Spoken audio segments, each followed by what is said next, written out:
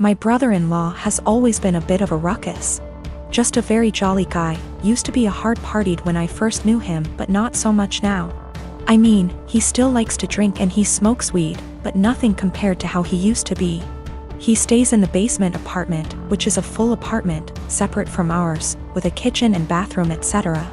In our house ever since he lost his apartment.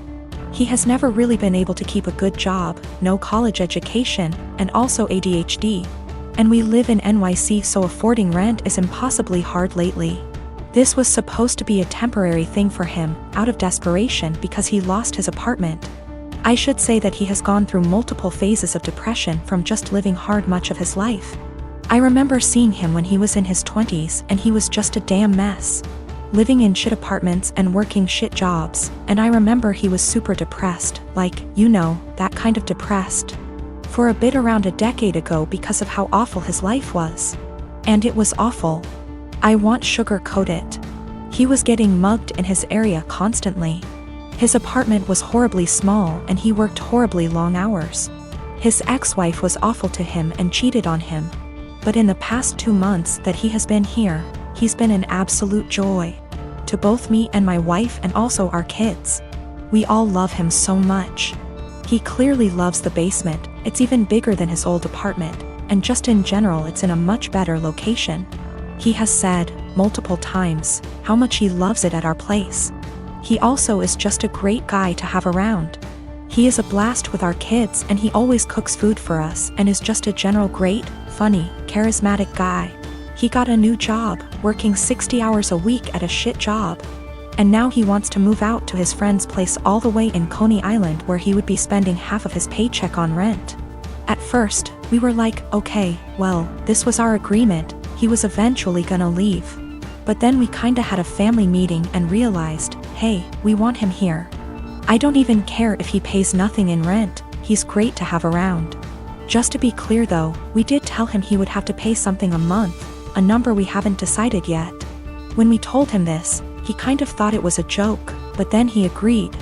He was very happy about it, and we were too, and we were kind of thinking like, he's a member of our house now, you know? But then he changed his mind suddenly, and was saying how he doesn't want to be a freeloader and that he thinks we are just allowing him to stay because we feel bad for him. He really will not listen to us at all when we say that we actually want him to stay. Even our kids, teens, have tried getting him to stay and he just won't accept it. Every time we bring it up to him he sort of does this pity thing where he's like, come on, I know you think I'm a loser. I'm not gonna mooch off of you guys or something along those lines. It's been around 2 weeks, and he just kind of feels bad about it. It is absolutely a pride thing for him. He technically plans on moving out in the next few weeks. But we really want him to stay. And we know that he would love to stay. I feel like there is really no chance this is some kind of deep down he hates it here kind of situation. This is 100% a pride thing for him. I sustained very bad injuries to my face this month. I'm in the stage of healing when the scar tissue has formed, but it's still very tender new skin. I'm going to have very obvious facial scarring for the rest of my life. The injury starts about an inch above my hairline, goes down over my brow so that on part, hair will not grow. It continues down my cheek where it is deepest. I'll always probably have an indentation in the fullest part of my cheek. Then it continues to my jawline. In some ways it's okay. I'm happy it's just cosmetic damage. My friends are super reassuring, telling me how badass and sick it's gonna look. They say I'm still as hot as ever, now a little more sexy and mysterious. But in some ways it really sucks. I know that I'm always gonna be seen first as the girl with a scar. And it feels especially bad when people look at me differently. This week, I had to fly home for a family thing. It was a plan I'd made long before my injury. I wasn't really looking forward to the pity or people making a big deal of it. I'd rather it not be acknowledged. I'd also met with my dermatologist who said that I was at the stage of scar tissue formation, that I no longer should be dressing the wounds. The skin was healing and instead I needed to be applying topical cream and Vaseline to keep the site clean and moist. It also looks a bit ugly. The building scar tissue is very red and tender, and with the Vaseline over it, looks slick and shiny. So I get on this flight, I have the window seat and I put on my headphones and drift off to sleep when the plane is still boarding. I wake up to this kid, maybe 4 years old, sat next to me, throwing a tantrum. I didn't catch the first part of it and I honestly couldn't understand what he was yelling about. His father said to me, "Can you cover that injury?" I said that my dermatologist recommends I don't, so no, I don't think I will. He started snapping at me saying, "There is no need to be so rude. That injury is graphic and it's scaring my little one." I said, "This is my face. The only damn face I've got. It sucks being told I'm so ugly I can't show my goddamn face in public." He started to backtrack saying, "Just until it's healed," and I said, "It'll always be with me. Maybe teach some compassion and respect instead of telling a girl half your damn age what you think about her face. That's rude." He actually got up after that and I think went to a stewardess about a seat change because a young couple came to sit next to me on a few minutes instead. I've gotta admit I felt so low that I put on my sunglasses and had a quiet cry for a few minutes. Almost all the marriages in my family have been arranged marriages.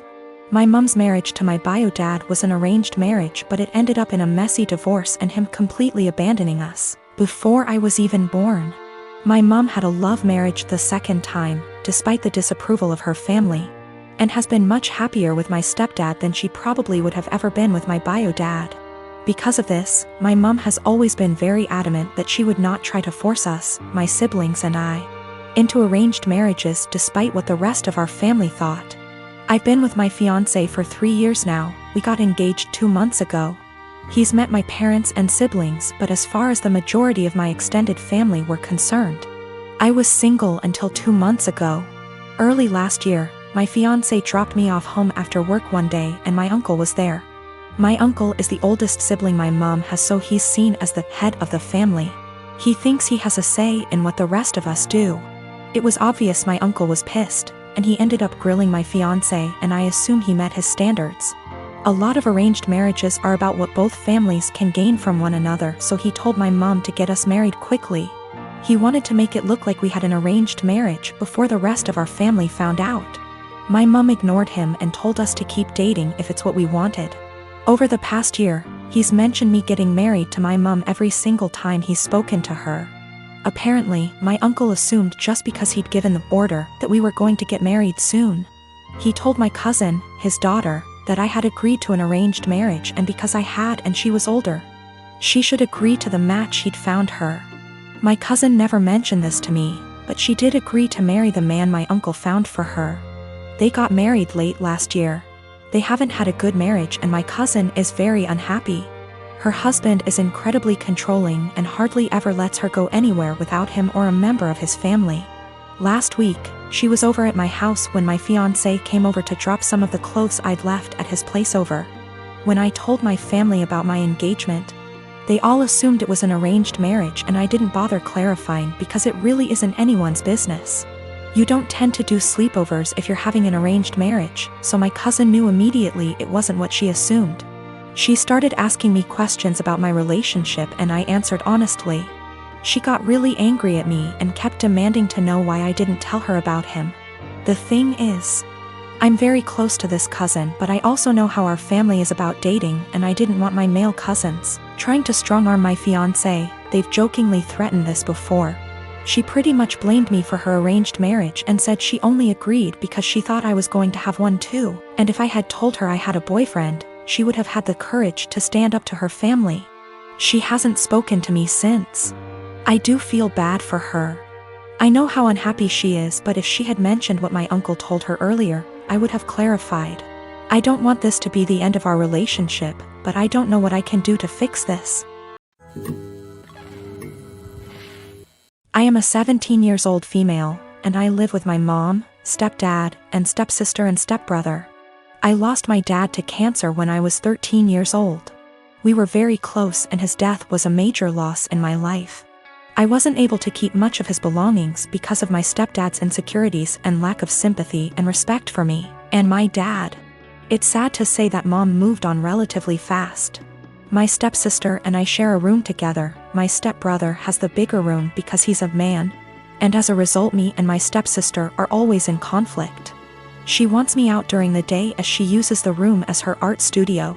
She recently accused me of stealing her tools and convinced her dad to get a lock, so now I'm being forcefully locked out and can't get in till after a huge argument and getting mom involved. My stepsister had an argument with her brother and ruined his gaming console when he was out. He came into the room quietly in the evening, stood by the door and asked me to bring him my stepsister's acrylic paint set. I asked if he got permission. He said yes, so I gave it to him and went back to study. At dinner, my stepsister came downstairs yelling that her brother had access to her room and ruined her paint set.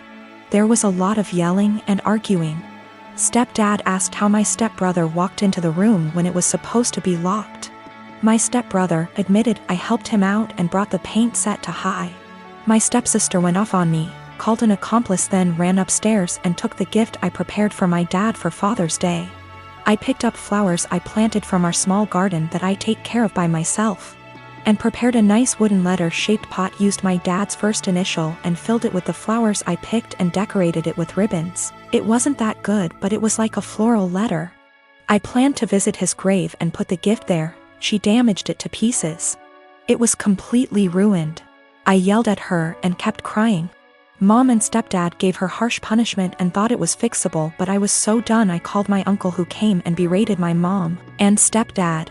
Stepdad offered to fix it and punish my stepdaughter harder, but I packed my things to go with my uncle. My mom begged me to stay, but I refused and didn't respond when she kept calling saying she did nothing to deserve to be shunned by me and my uncle, who told the family about what happened. The family told mom not to come visit on Father's Day and are angry with her because I moved out over this.